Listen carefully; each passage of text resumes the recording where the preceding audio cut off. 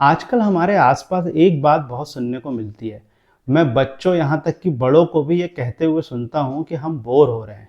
ये बात सब पे अप्लाई नहीं होती है, बट ये लोगों में काफ़ी तेज़ी से बढ़ रही है, जिसमें लोगों को बहुत जल्दी बोर फील होने लगता है और लोगों को फ्रीक्वेंट एक्साइटमेंट चाहिए अपनी डेली लाइफ में। हम लोग आज टेक्नोलॉजी और दुनिया भर के एंटरटेनमेंट गैजेट से घिरे हैं। जितना एंटरटेनमेंट सोर्सेज हमारे पास आज है उतने हमने कभी नहीं देखे। Netflix, YouTube, Instagram, everywhere we have entertainment available, but still people are feeling bored, या बहुत जल्दी लोग ऊब जाते हैं। ऐसा क्या हो रहा है कि हमारे पास इतने एंटरटेनमेंट के सोर्सेज होने के बाद भी हम बहुत जल्दी ऊब जाते हैं? और इन सब के बाद भी जब आप थोड़ी देर अपने आप को इंगेज रख लेते हैं सोशल मीडिया में या इंस्टाग्राम रील से, आपका मन फिर से बोर फील करने लगता है। ये बात उन लोगों के लिए भी कॉमन है जो लोग हफ्ते में 5 दिन काम कर रहे हैं। उनको फ्राइडे नाइट से ही वीकेंड के प्लान चाहिए, यानी वीकेंड वीकडेज से ज़्यादा बोरिंग हो गए हैं, जिसको एक्साइटेड बनाने के लिए लोग ज़्यादा स्ट्रेस लेने लगे हैं। क्योंकि वीकडेज में तो आपके पास एनफोर्स्ड वर्क है, आप इंगेज हैं, लेकिन जैसे ही आपको पता लगता है कि आपके पास इतने दिन फ्री है आपके रूटीन से, तो आप बोर या लेस एक्साइटेड फील करने लगते हैं। तो फिर उस पॉपुलेशन का क्या जो कोई फॉर्मल काम नहीं कर रही है। और रही बात घर के कामों की, तो वो भी आजकल आउटसोर्स हो चुके हैं, यानी डोमेस्टिक हेल्प ने हमारे घर के काम काफ़ी हद तक कम कर दिए हैं। तो फिर आपके पास बहुत सारा टाइम हो सकता है इस बात को महसूस करने के लिए। अब ये बोर होने वाली बात सब पे तो अप्लाई नहीं कर सकते, बट बहुत लोग, इवन ग्रोइंग किड्स भी ये एक्सपीरियंस कर रहे हैं। और ये सब बातें सिर्फ टियर 1 या बड़े शहरों की नहीं है। आजकल ये बीमारी छोटे शहरों या यहाँ तक कि गांव में भी पहुँच गई है। आप सब ये बातें अपने आसपास ऑब्जर्व कर सकते हैं। लोग बहुत जल्दी बोर हो रहे हैं और they need frequent treatment of excitement, नहीं तो उन्हें बेहतर नहीं फील होता है। क्या आपने कोशिश की हमारे इस बिहेवियर के बारे में समझने की? आई बिलीव इसके कुछ बेसिक कारण को समझने से हमें हेल्प मिल सकती है इससे ओवरकम पाने में। हेलो दोस्तों, आज हम बात करने वाले हैं बोर्डम के बारे में और ट्राई करेंगे समझने की कि ये क्यों हो रहा है। कुछ ऐसी बातें या फिर वो 3 सीक्रेट जो मैं आपसे शेयर करना चाहता हूँ, जो काफ़ी हद तक हमारे इस बोर्डम को ख़त्म करने में और हमें जॉयफुल या खुश रहने में मदद कर सकता है हमारी डेली लाइफ में। यदि आप भी अपने आसपास ऐसा कुछ महसूस करते हैं, तो ये वीडियो एक नया पर्सपेक्टिव देगा आपको इससे डील करने में। कोविड के बाद हमारा इंटरनेट कंजम्पशन बहुत तेज़ी से बढ़ा है। डिजिटाइजेशन के बाद हमारे कई सारे काम भी ऑनलाइन हो गए हैं और अब हम शॉपिंग भी ऑनलाइन कर लेते हैं। सब कुछ कन्वीनियंट है और टाइम सेविंग भी। लेकिन ये टाइम सेविंग शायद उनके लिए ज़्यादा ज़रूरी है जिनके पास टाइम कम है, या जो लोग इन कामों से ज़्यादा वैल्यू के काम करने में बिजी है। अनफॉर्चुनेटली हम लोगों ने अपने आप के लिए खुद ही वॉइड क्रिएट करना शुरू कर दिया है और इसी खालीपन को भरने के लिए हमारे पास एक ही सोर्स बचता है, और वो है सोशल मीडिया कंटेंट। आप कंटिन्यू घंटों रील स्क्रॉल कर सकते हैं, बस प्रॉब्लम ये है कि आप उससे भी बोर हो सकते हैं।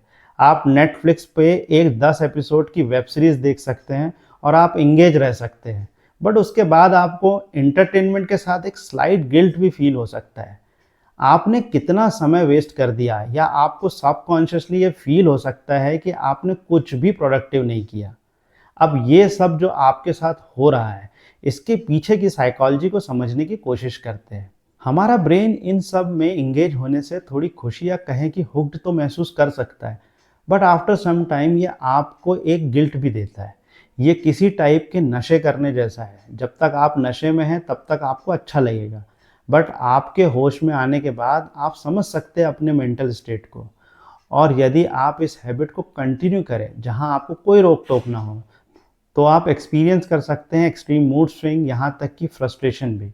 मतलब ये सब तब तक के ठीक है जब तक आप इसे लिमिट में कर रहे हैं, बट एक लिमिट के बाद ये आपको और बुरा फील करवाता है। हमारा दिमाग इस बात को बहुत अच्छे से रियलाइज़ करता है आफ्टर पोस्ट एक्शन कि हमने क्या सही किया है और क्या गलत, और यही बात आपको सबकॉन्शियसली अच्छा या बुरा महसूस करवाती है। कुछ ऐसी ही बातें हैं जो हमें मदद कर सकती हैं इन सब से ओवरकम पाने के लिए, और हम जॉयफुली अपनी डे टू डे लाइफ भी जी सकते हैं। पहली बात है प्रोडक्टिव एक्शन, यानी कुछ ऐसे एक्शन जिसमें कोई वैल्यू हो। अब ये ज़रूरी नहीं है कि आप कोई जॉब ही कर रहे हो या आपको जिसके बदले पैसे मिले वही काम प्रोडक्टिव है।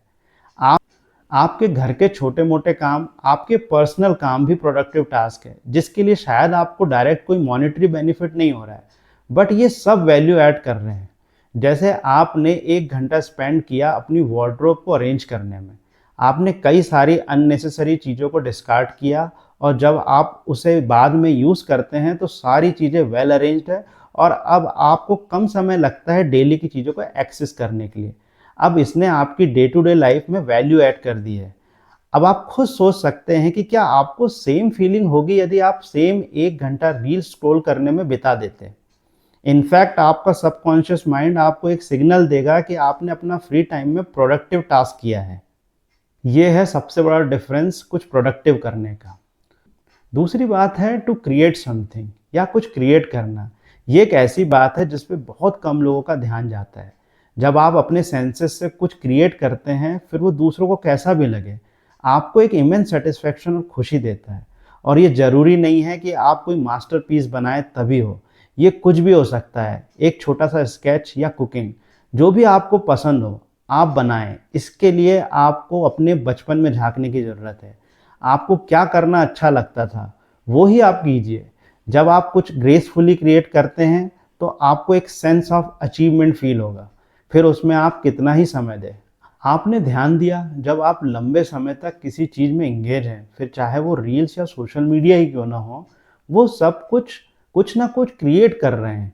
इसलिए वो उनके लिए जॉयफुल हो सकता है, और उनके पास सारे रीज़न हैं वो सेंस ऑफ अचीवमेंट को फील करने के लिए। बट जब आप चीज़ों को सिर्फ कंज्यूम कर रहे हैं, तब आप सिर्फ अपने आप को अम्यूज़ कर रहे हैं। और अम्यूज़मेंट आपको तभी खुशी दे सकती है जब आप उसे एज अ रिवॉर्ड एक्सपीरियंस करें। मतलब ये कि यदि आपने पूरा वीक हार्डवर्क किया है तो आपका अपने इंटरटेनमेंट के लिए कुछ भी करना आपको किसी प्रकार की गिल्ट नहीं देगा।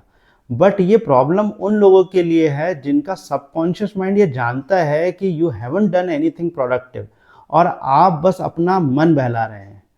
एक तीसरी और आखिरी बात है लर्निंग। यदि आपने अपने आप को किसी भी तरह की कोई नई चीज़ लर्न करने में एंगेज किया, तो ये आपके ब्रेन को कई तरीके से पॉजिटिव सिग्नल भेजता है। लर्निंग कुछ भी हो सकती है जिसमें आप एंजॉय करें। जब भी आप कोई माइलस्टोन अचीव करें किसी नई चीज़ को सीखने में, आप कोई लैंग्वेज सीख रहे हो, कोई इंस्ट्रूमेंट सीख रहे हो, जब भी आप कुछ सीखते हैं, और ये किसी भी माध्यम से हो सकता है, यदि आप सोशल मीडिया से भी कुछ लर्निंग कंटेंट देख रहे हैं, तो ये आपको गिल्ट नहीं, एक सेंस ऑफ अकम्प्लिशमेंट देगा। आप अपने आप को कई बार जस्टिफाई कर देते हैं कि आप कोई टाइम वेस्ट नहीं कर रहे हैं, लेकिन आपका ब्रेन एंड आपका सबकॉन्शियस माइंड डिफरेंटली वर्क करता है। उसको आपके कॉन्शियस माइंड से ज़्यादा पता होता है कि आप क्या यूज़फुल कर रहे हैं और क्या आपके लिए वेस्ट है। और आपका बिहेवियर उन्हीं सब पॉजिटिव और नेगेटिव ब्रेन सिग्नल का आउटकम है।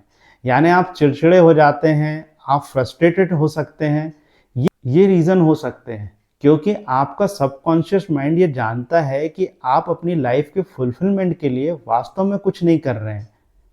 मैंने ये 3 बातों को, प्रोडक्टिविटी, क्रिएटिविटी और लर्निंग को मेन पिलर माना है जो आपको अपने लिए जॉयफुल जीने में मदद कर सकता है।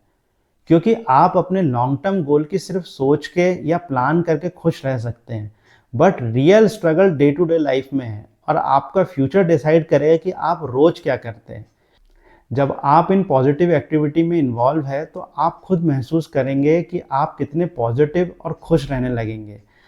अपनी लाइफ में बोर्डम या फिर थोड़ी देर में ऊब जाना, ये सिग्नल है आपका सबकॉन्शियस माइंड का कि आप अपने लिए बेहतर कर सकते हैं, बट कर नहीं रहे हैं। आई होप कि आज के हमारे इस डिस्कशन में आपको बोर्डम के बारे में एक नया पर्सपेक्टिव जानने को मिला होगा। मेरी कोशिश रहती है कि जब आप 8-10 मिनट्स मेरे वीडियो को दे रहे हैं तो मैं अपने वीडियो से आपकी लाइफ में कोई वैल्यू ऐड कर सकूं।